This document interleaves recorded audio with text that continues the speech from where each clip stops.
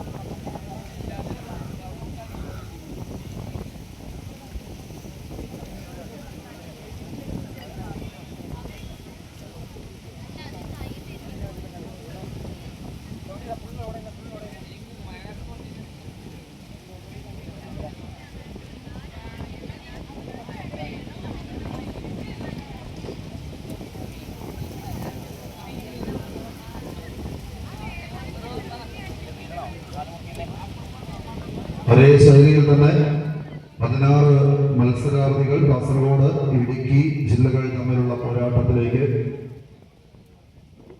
മൂന്നാമത് ബീച്ച് വടംവലിയുടെ കളിയാവേശം തുളുമ്പുന്ന പോരാട്ടത്തിന്റെ കളിത്തകം ആദ്യ സെറ്റിലേക്ക് ഇനിയും ദൂരമേറെയുള്ള പോരാട്ടത്തിന് കളമൊരുക്കുന്നു. കാസർഗോഡ് കുറച്ചധികം ലീഡ് തങ്ങൾക്ക് അനുകൂലമാക്കി അവസാന വിജയവരയിലേക്കൊന്ന് നടന്നു കയറി പോകുന്നവർ എതിരാളികൾ ഇടുക്കി ജില്ലകൾ തമ്മിലുള്ള പടയോട്ടങ്ങളിലേക്ക് കളിക്കളം ആലപ്പുഴയുടെ മണ്ണിലേക്ക് വിരുന്നെത്തിയ മൂന്നാമത് ബീച്ച് വടംവലിയുടെ ആവേശകരമായ കളിമികവിലേക്കാണ് കളിക്കളം കടന്നു പോകുന്നത്.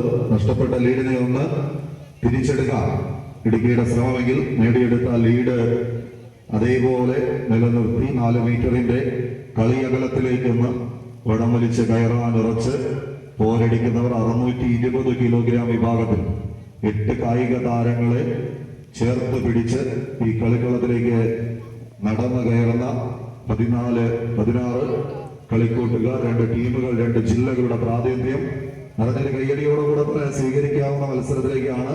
ഏതാണ്ട് 5-6 മിനിറ്റുകളുടെ മത്സരത്തിലേക്ക് കളി കടന്നു പോകുന്നു. വീണ്ടും കാസർഗോഡിന്റെ മുന്നേറ്റമാണ് കളിക്കളത്തിൽ.